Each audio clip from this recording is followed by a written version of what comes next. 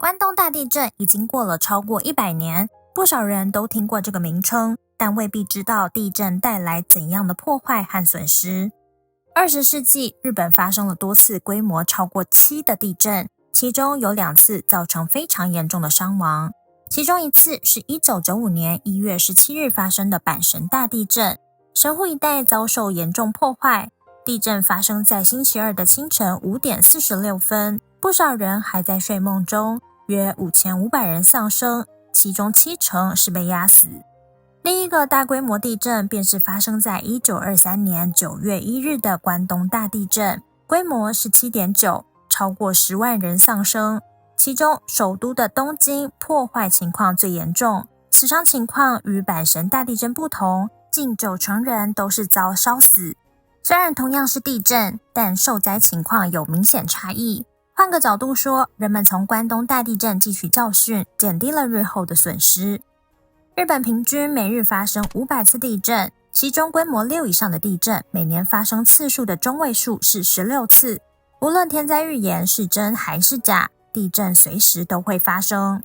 2024年1月1日发生的能登半岛近海地震，规模是 7.6， 相信不少人都还记得房屋倒塌的惨况，就算是新年也会发生地震。本集最深日本以关东大地震为主题，讲解地震发生过程、东京一带破坏情况，还有之后的复兴工程。虽然这次的地震已经过了超过100年，但到现在东京还有不少旧区建满了2战前后落成的木屋。当地震再次来临时，火灾和房屋倒塌的历史恐怕会再次重演。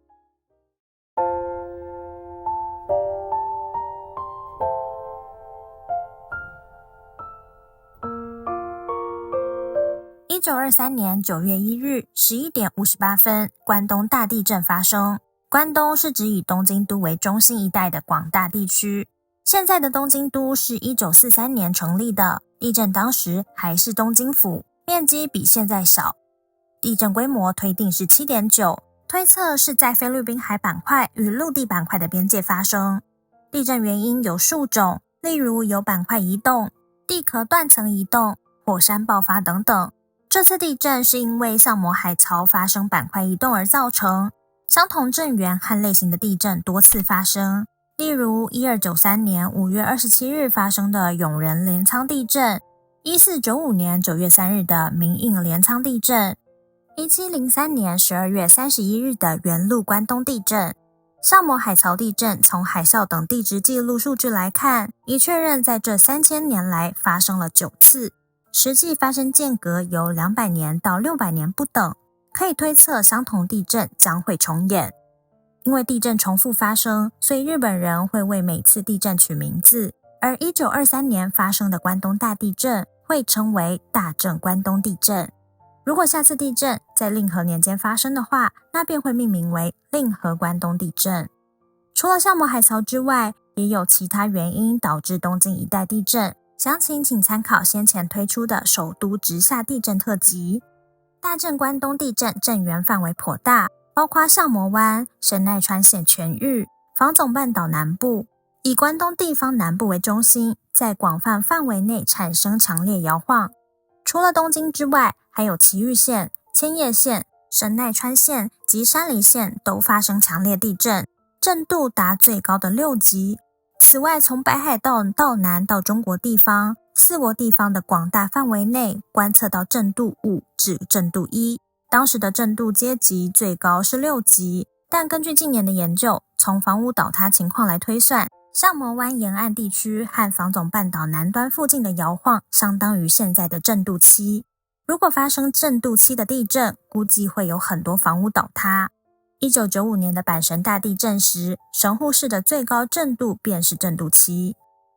在日本，通常把自然现象的地震与地震所带来破坏的灾害分开。大正关东地震是自然现象，而这次地震造成的灾害称为关东大震灾。震灾内容比较广泛，包括山崩、海啸、土壤异化、房屋倒塌、火灾，还有谣言导致的死伤。死者和失踪者约10万5千人，是日本自然灾害史上最严重的灾难。其中火灾造成的死亡人数约9万2千人，占绝大多数，而其余约13000人中，因强烈摇晃导致住宅全毁而死亡的人数约11000人。这个数字远远超过阪神大地震的罹难人数5500人，另外也比国内最大规模内陆直下地震1891年农尾地震的7200人还要多。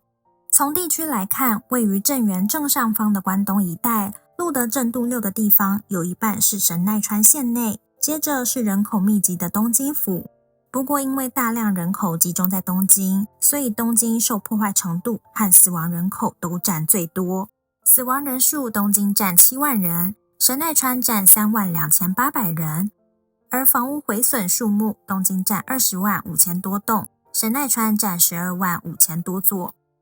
接着介绍海啸造成的破坏。海啸高度在静冈县热海达12公尺，房总半岛的管山市达 9.3 公尺。在靠近震源的热海，地震发生后约5分钟，海啸便到达，造成200至300人丧生，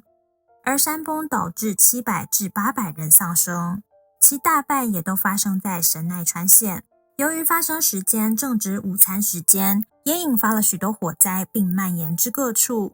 另外，土壤异化造成的灾害波及范围广泛，在距离震源较遥远的埼玉县低地尤其严重。从以上观点来看，关东大地震是以神奈川县为中心，对南关东一带造成灾害的地震。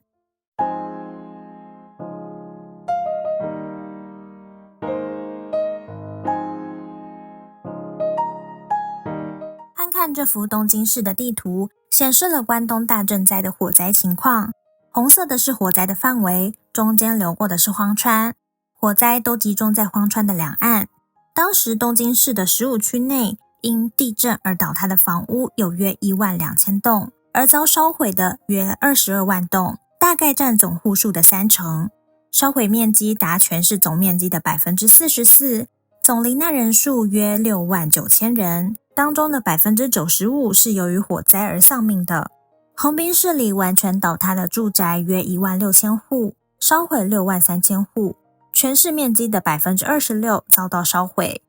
横须贺市则有4700座房屋完全烧毁。东京距离震源约70公里，山手台地录得震度5，而荒川低地、填海和沿海地区为震度6的摇晃。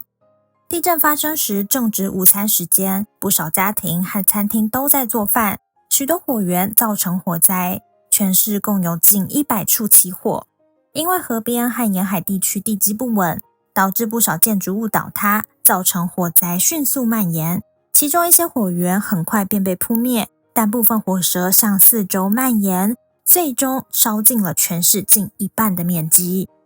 火警蔓延情况受到气象及城市构造等条件影响。当日早晨，有一个弱台风穿过若峡湾，向日本海方向前进。地震发生时，吹着每秒10公尺左右的强烈南风。因为这股风，火警向北方蔓延。之后2日1点左右开始吹强烈的北风，所以蔓延区域向南方大幅度扩大。到午夜为止，最终烧毁区域的约 90% 已变成火灾区域。最大的火灾惨剧是在本所区被服厂遗迹发生的火旋风，在地震当日下午4点过后发生。本所区火灾区域扩大相当急速，约4万人带着大量家财逃避火灾，聚集到这个将近7公顷的土地上。这时火势从东南北3个方向逼近，稍强的风从空旷西方的大川方向吹来，这时发生了推定最大风速每秒70公尺的强风，之后产生了火旋风。因高温、一氧化碳、强风等因素，导致18000人死亡。火旋风在1657年的明利大火时也有发生，造成1万多人死亡。全市约发生110个火旋风，火旋风都发生在地震当日傍晚之前。火灾区域内353座桥梁中，有270座烧毁或破坏，大大阻碍了避难。被服厂遗迹以外的死者数约为2万人，大半都集中在桥梁和水池河流附近。另外，避难者搬运出来的家财也起火，增加了死亡人数。现在东京23区还有不少木造房屋密集区域，例如荒川流域的足利区、葛饰区、江户川区、板桥区，还有南方的大田区、西方的山并区。不论是留学、工作常住，或是旅游住饭店，都要留意周围的环境。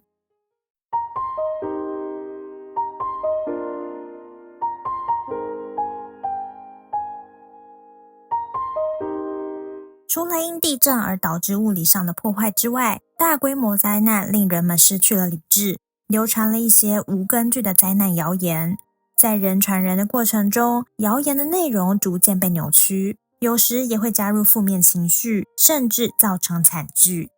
在关东大震灾中，有数个著名的谣言，例如有朝鲜人在井水中投毒、朝鲜人引发暴动等。除了与朝鲜人相关的谣言，还有富士山或志富连山发生大喷发，东京的本所、深川或品川被海啸全灭等。直到现在也查不到为何有这些谣言出现，但实际造成了不必要的人命损失。多个谣言中引发最严重惨剧的，可说是朝鲜人引发暴动。这个谣言的起源是在地震当日下午7点左右，在横滨市本木町一带开始流传朝鲜人在放火的谣言。谣言在当夜就变质为朝鲜人在抢劫或对妇女施暴等，到了隔日更进一步发展成保土谷的朝鲜人劳工300人暴动，在井水中投毒，带着工程现场的炸药四处袭击等等。谣言立刻迅速向四周扩散，跨越多摩川传到东京。地震隔日9月2号下午，谣言已传遍东京市内全域，隔天3日甚至传达到福岛县。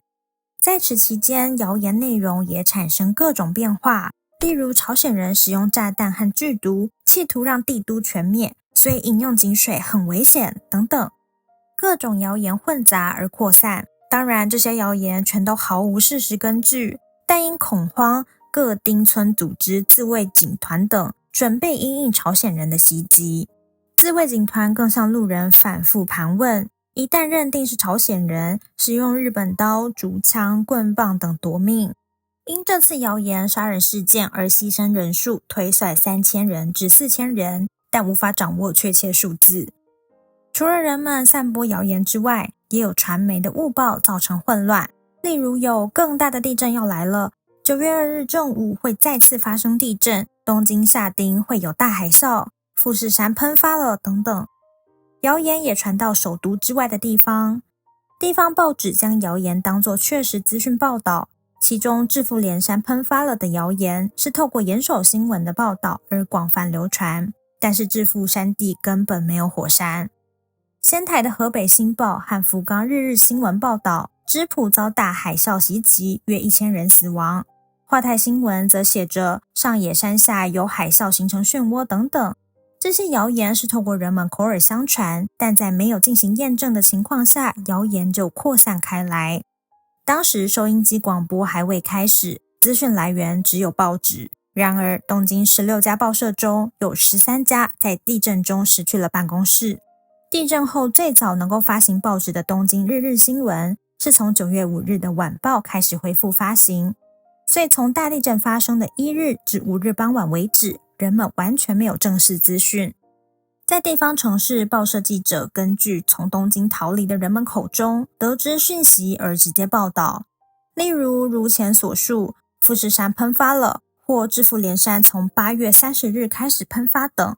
就连应该正确传达事实的大众媒体都被谣言所误导。这些谣言一般来说很难查明究竟是何处何人为发信源，不过当中只有一个案例查明了出处，有一名男子因违反治安维持法而被检举。2011年3月发生的东日本大地震后，也有谣言蔓延，例如有外国人窃盗团，强暴事件频传，政府不会新建临时房屋，灾民被遗弃，要到10年后才会恢复电力供应，雨水会被辐射污染，不要淋雨等等。这些谣言是透过网络和社交媒体等蔓延。100年前因资讯不足促进了谣言扩散，但在现代社会网络时代的环境下，谣言扩散的情况仍没有消失。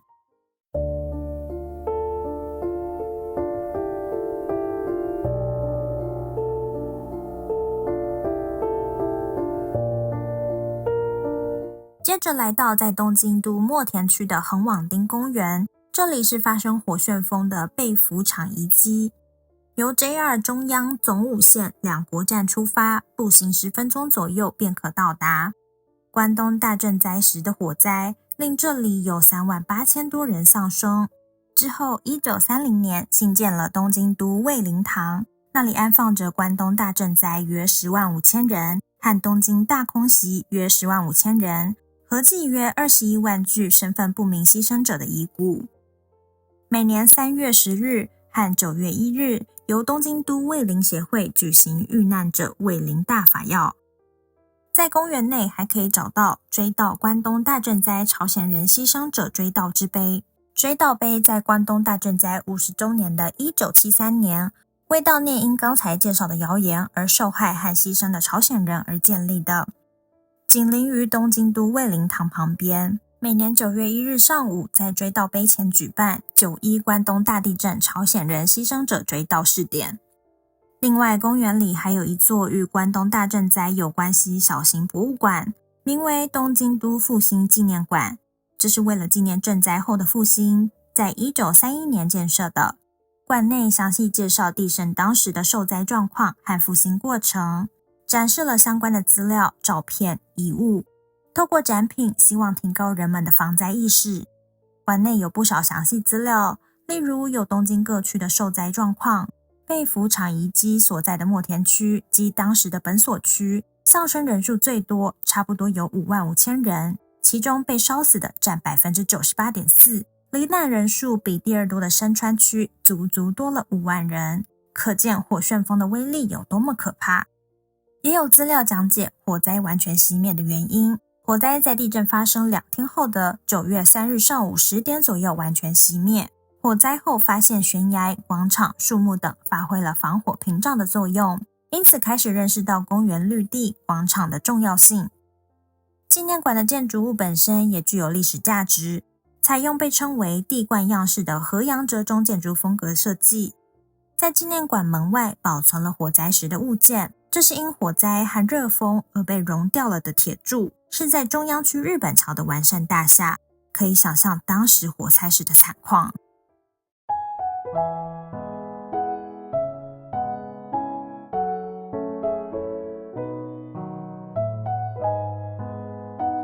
地震后，活着的人总要生活，居民互相帮助，暂时渡过难关。各地有能力的居民提供食物和住宿的地方，还组织成巡逻队维持治安。要知道，大灾难后警察已不能正常运作，容易出现犯罪，就算在311也有不少犯罪行为。当时城市发展还未成熟，没有事先指定的避难所，学校、政府大楼、寺庙和富豪大宅被开放，作为避难所收容有需要人士。志愿者在地震后发挥了重要的作用。之后，政府正式着手复兴，促进首都一带重生。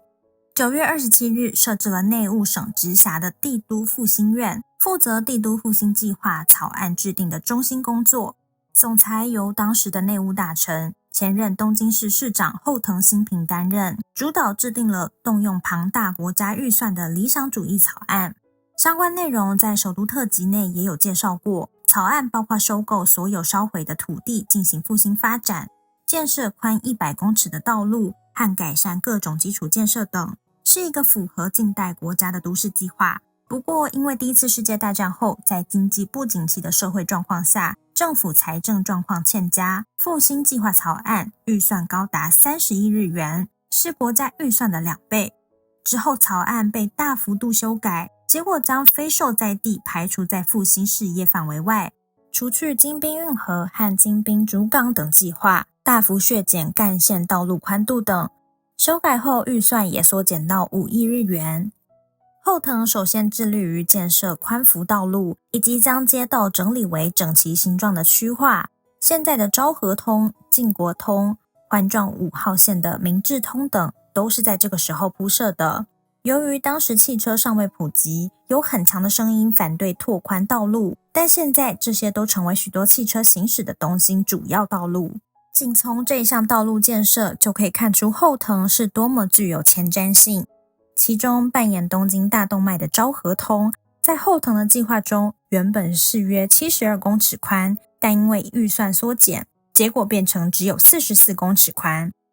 另外，后藤为了防止火灾扩散和预备避难场所，建设了赈灾复兴大公园，例如有羽田公园、滨町公园、景思公园。这些公园确保了避难的地方，也可以防止火灾蔓延。架设在羽田川上的许多桥梁，这些木质桥面因烧毁而掉落，造成伤亡之外，也减少了逃生路线。因此，从下游依序建设了香生桥、永代桥、青州桥、两国桥、藏前桥、旧桥、居行桥、无期桥、盐问桥等共9座钢制桥梁，作为赈灾复兴桥梁，各有不同设计。此外，东京全市共建造了400座以上的桥梁，万世桥、圣桥等至今仍保持当时的样貌，持续使用。帝都复兴院的相关事业在1929年左右已差不多结束。同年10月19日至11月10日，在日比谷公园里刚落成的市政会馆，举办了说明复兴状况的帝都复兴展览会，吸引了超过11万人入场。但参与复兴事业计划的后藤本人已于同年4月13日去世，未能看到复兴计划的结束。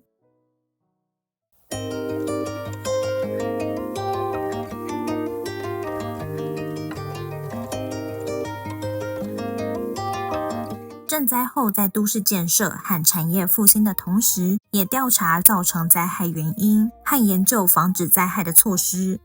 由于赈灾造成砖造建筑倒塌和钢筋混凝土建筑严重受损，政府关注耐震建筑技术。关东大地震发生的大正时代末期的东京，有不少旧有的木造建筑物。明治时代以后落成的砖造建筑，也有来自没有地震发生的外国建设公司而建的高层大楼，加入了日本国内耐震技术的建筑等不同构造的建筑物聚集在东京。关东大地震造成的建筑物灾害多发生在砖造、木造及没有耐震结构的外国式大厦，而日本式耐震建筑的灾害较少。例如当时在丸之内施工中的日本兴业银行，是由以研究耐震设计而闻名的建筑师内藤多重负责结构设计。这大厦在地震后几乎毫无损伤。他之后参与了东京铁塔的设计。世接地建筑物法在1924年被修改，首次规定了耐震标准，这也是世界上首次有法令规定的耐震标准。此外，基于以往的统计等原因而未能正确预测地震，研究人士反省了以往的不足，而加强对地震学基础研究与减低灾害研究，设立了东京帝国大学地震研究所，即是现在的东京大学地震研究所。日本面对多次严重地震受到打击后都复兴过来，而且不断修改法律，利用经验来降低日后的损失。经历多次地震的东京短进化成为国际知名的大城市。